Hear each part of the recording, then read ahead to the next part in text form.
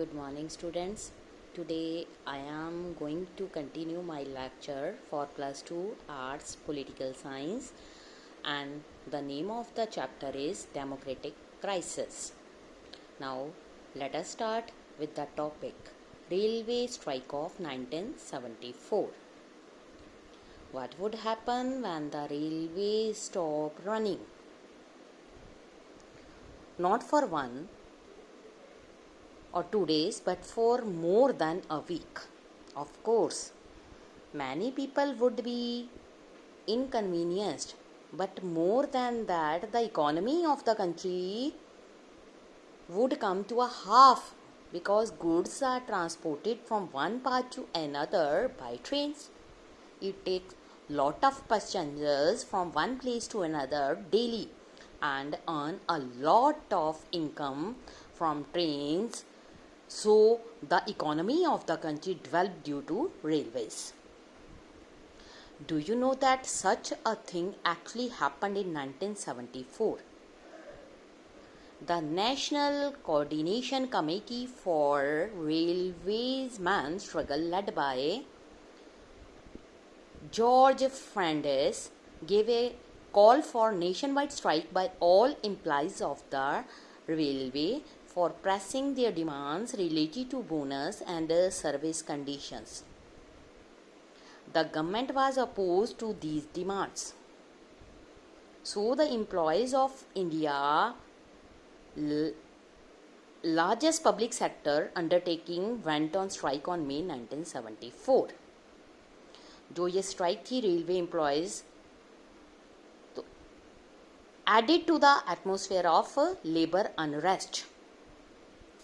It also raised issues like rights of the worker, whether employees of essential services should adopt measures like strike. The government declared the strike illegal. Government refused to concede the demand of striking workers, arrested many of their leaders, deployed the territorial army to protect railway tracks. The strike had to be called off after 22 days without any settlement. But there is a loss to the economy of the country. Next topic आएगा conflict with judiciary. This was also the period when the government and the ruling party had many differences with the judiciary. अगर आपको remember होगा, the discussion about the long drawn conflict between the parliament and the judiciary. You have studied the last year. 3 constitutional issues had emerged. 3 हुए थे. Can the parliament abridge fundamental rights? Supreme Court said it cannot. Secondly, can the parliament curtail the right to property by making an amendment? Again, Supreme Court said the parliament cannot amend the constitution in such a manner that rights are curtailed. Thirdly, the parliament amended the constitution saying that it can abridge fundamental rights for giving effect to directive principle, but the Supreme Court ने ये भी reject कर दिया, जिसके कारण जो parliament थी और जुडिशरी, उनके बीच में बहुत सारे क्राइसिस अराइज हो गए. यू मे रिमेंबर दैट जो क्राइसिस है culminated in the famous Kesavananda Bharati case. हमने अभी +1 में पॉलिटिकल साइंस में ये चीज़ पढ़ी हुई है, Keshavananda Bharati case. In this case, the court gave a decision that there are some basic features of the constitution. ठीक है, और जो पार्लियामेंट है cannot amend these features. Constitution is a written document and a supreme of the law. इसमें 2 development है जिनको further add किया गया, जिसमें जो टेंशन थी जुडिशरी एंड एग्जीक्यूटिव और इंक्रीज हो गई. Immediately after Supreme Court's decision in 1973 in Kesavananda Bharati case. एक वैकेंसी जो थी for the post of chief justice of India arise हुई। It had been a practice to appoint the senior most judge of the Supreme Court as the Chief Justice. But 1973 में government ने ये कहा कि seniority जो है 3 जजेस की है एंड अपॉइंटेड जो जस्टिस है उसको अपॉइंट किया जाना चाहिए A.N. Ray as the chief justice of India.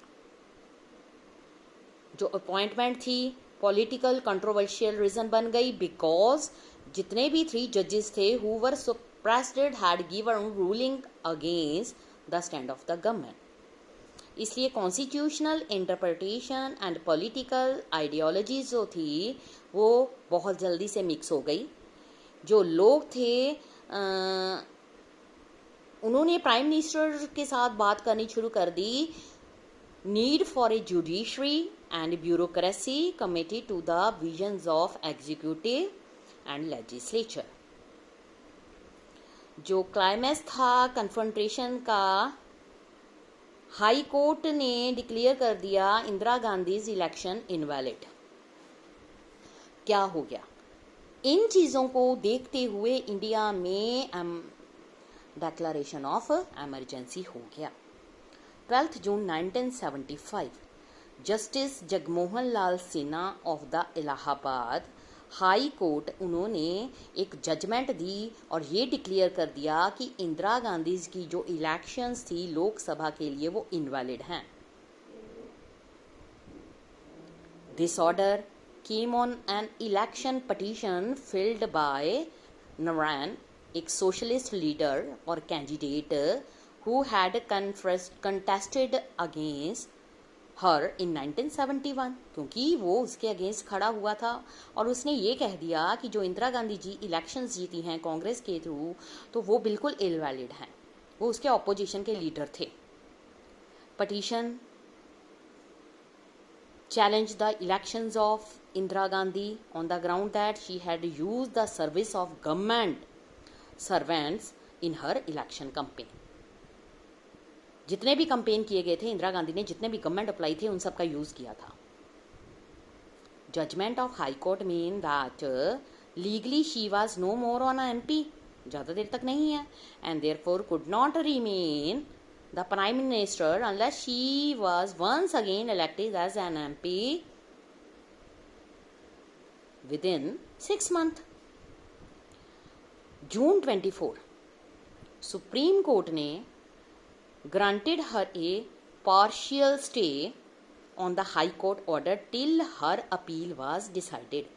She could remain an MP but could not take part in proceedings of the Lok Sabha, जिसके कारण हमारी इंडिया की डेमोक्रेसी में क्राइसिस आ गए। और इसके क्या रिस्पॉन्स हुए?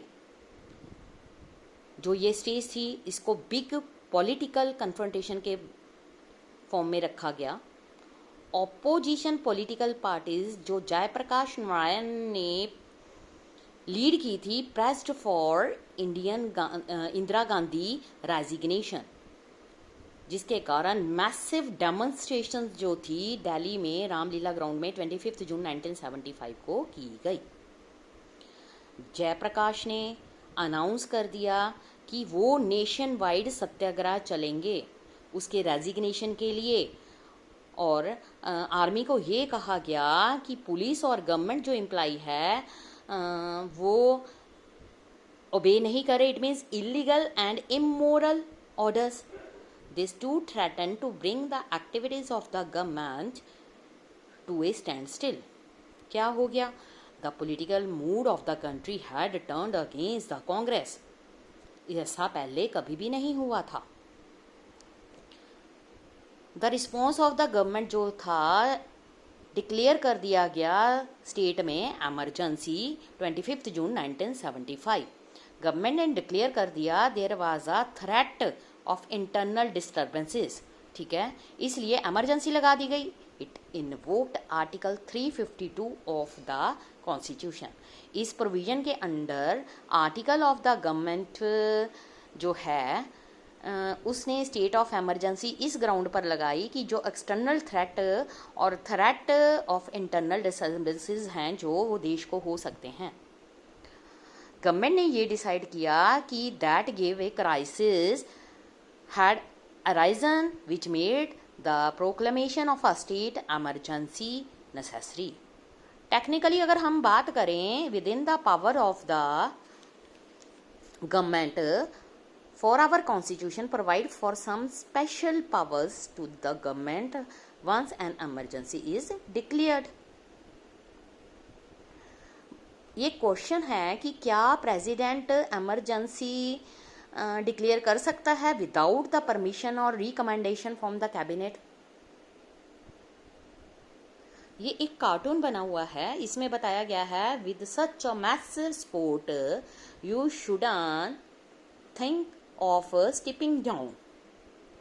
This cartoon appeared few days before the declaration of emergency and captures the sense of impending political crisis।